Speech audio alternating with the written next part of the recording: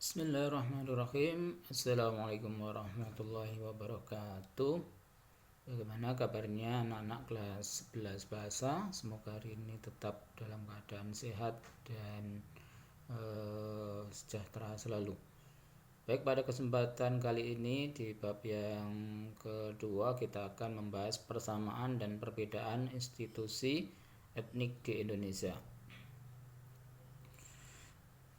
Berbicara tentang etnik dan juga suku, tentu kita akan membayangkan bagaimana Indonesia yang begitu banyak suku-sukunya, pulaunya, adat istiadatnya, bahasanya, dan lain sebagainya. Baik, yang pertama terkait dengan kelompok etnis di Indonesia. Pengertian etnis merupakan sistem penggolongan manusia yang didasarkan pada kepercayaan yang dianut, nilai di masyarakat, kebiasaan, adat istiadat yang dijalankan, norma bahasa, sejarah manusia, wilayah geografi, serta hubungan kekerabatan yang dimiliki. Lalu menurut Kamus Besar Bahasa Indonesia, etnis adalah suatu kelompok sosial yang berada dalam sebuah sistem sosial atau sistem budayaan. Pengertian suku merupakan sebuah kelompok yang menggolongkan dirinya dengan sesamanya berdasarkan garis keturunan yang masih memiliki kesamaan budaya, agama, atau kepercayaan. Terkait dengan istilah etnis dan juga suku itu biasanya ada yang menyamakan ya, tapi sebenarnya ada perbedaan dari situ ya, pengertian etnis dan juga suku ya. Tapi yang jelas kalau berkaitan dengan suku itu untuk memudahkan adalah suatu kelompok yang dicirikan dengan ciri budaya masyarakatnya. Kemudian ciri-ciri dari suku bangsa, yang pertama secara tertutup berkembang biak dalam kelompok. Yang kedua memiliki nilai-nilai dasar yang terwujud dan tercermin dalam kelompoknya. Yang ketiga mewujudkan arena komunikasi dan interaksi. Dan yang keempat mempunyai anggota yang mengenali dirinya serta dikenali oleh orang lain. Jadi ya, mengenali dirinya berarti dirinya merasa bahwa bagian dari suku itu. Begitu juga dikenal oleh orang lain atau pihak lain, berarti tahu bahwa mereka itu berasal dari suku A, B, atau C, dan seterusnya. Asal usul bangsa Indonesia. Nah, ini berkaitan dengan pembahasan dari mana sebenarnya bangsa Indonesia itu berasal. Ada beberapa pendapat. Yang pertama menurut Profesor Keren berpendapat bahwa asal-usul nenek moyang bangsa Indonesia itu dari Campak, Koncin, Tiongkok, dan juga Kampuja. Hal ini didukung dari kesamaan bahasa. Jadi kesamaan bahasa yang dimiliki oleh bangsa Indonesia dengan bahasa yang digunakan dari Campak atau Kampuja tersebut. Yang kedua menurut Van Heinegelden berpendapat asal-usul nenek moyang bangsa Indonesia berasal dari Asia. Hal ini didukung dari peninggalan yang ditemukan antara yang ditemukan di Indonesia dengan yang berasal dari Asia. Yang ketiga menurut Muhammad Yamin berpendapat nenek moyang bangsa Indonesia berasal dari Indonesia sendiri berdasar dari prinsip Blood and Breeden unsur atau berdasarkan golongan darah atau keturunan bangsa-bangsa Indonesia. Yang keempat menurut Hogan berpendapat bahwa bangsa Indonesia berasal dari bangsa Melayu. Berarti rumpun bangsa Indonesia termasuk rumpun Melayu. Nah, Melayu itu bisa dibedakan menjadi dua, Melayu kuno atau Proto Melayu dan juga Melayu muda atau Deutero Melayu. Berikutnya unsur-unsur kebudayaan. Jadi setiap suku tadi cirinya adalah berdasarkan ciri budaya. Nah, kebudayaan itu adalah, kalau menurut Kunchara Handicraft, kebudayaan adalah sekumpulan ide, gagasan, pendapat yang dilakukan melalui aktivitas dan menghasilkan karya atau artefak ya.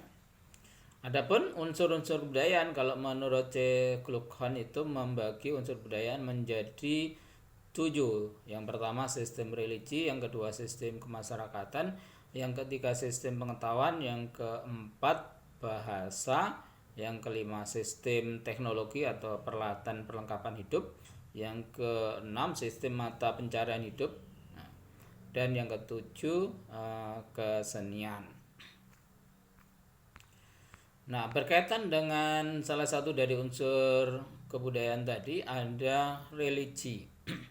Religi atau kepercayaan dan juga agama. Mesti ada perbedaan berkaitan dengan agama. Itu berdasarkan sumbernya ada dua ya, agama samawi dan agama arti. Agama samawi berarti agama yang berasal dari Allah, berasal dari Tuhan. Ada Islam, Hindu, ada Islam, kemudian Kristen dan Yahudi. Nah, sedangkan yang religi ya banyak yang bersumber dari pemikiran-pemikiran manusia.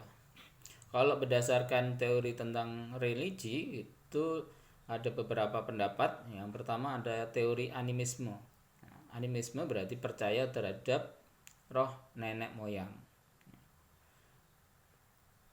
Dan kemudian teori preanimisme, ada teori totemisme, ada teori sentimen masyarakat, dan juga teori prelogis.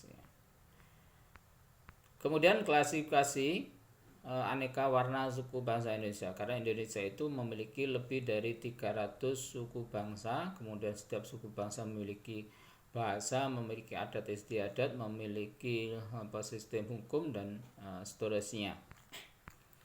Kemudian menurut Heine-Gurdon, kalau Heine-Gurdon ini yang dikemukakan bahwa di Indonesia itu lebih dari 300 suku bangsa dan jumlah pulaunya ini berdasarkan data ya, jumlah pulau di Indonesia lebih dari 17.000. Sedangkan menurut M.A. Jaspen, masyarakat Indonesia lebih dari 366 suku bangsa yang didasarkan atas bahasa, daerah, kebudayaan serta susunan masyarakatnya. Yang itu jumlahnya di sini bisa kalian baca. Yang setiap suku yang besar itu menurunkan suku-suku yang lebih kecil lagi. Dan setiap suku memiliki yang namanya sistem kepercayaan, kemudian sistem mata pencarian sebagaimana 7 unsur budaya tadi.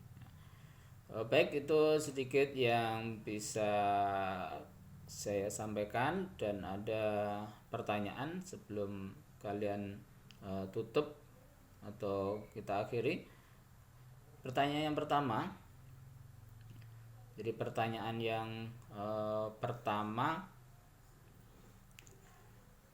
jelaskan pengertian kebudayaan menurut Sela Sumarjan dan E.B. Taylor. Itu yang pertama. Nomor 2, sebutkan sistem kekerabatan yang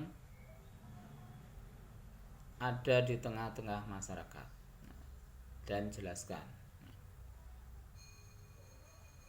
Yang ketiga,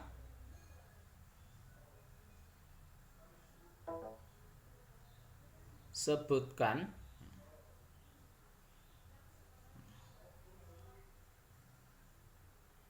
suku bangsa di Indonesia. Sebutkan 3 suku bangsa Indonesia dan ciri khasnya, ya. Ciri khas dari suku bangsa itu. Baik, itu aja. Terima kasih. Silakan dijawab dan jawabannya dikirim melalui WA saja. Saya kira assalamualaikum warahmatullahi wabarakatuh.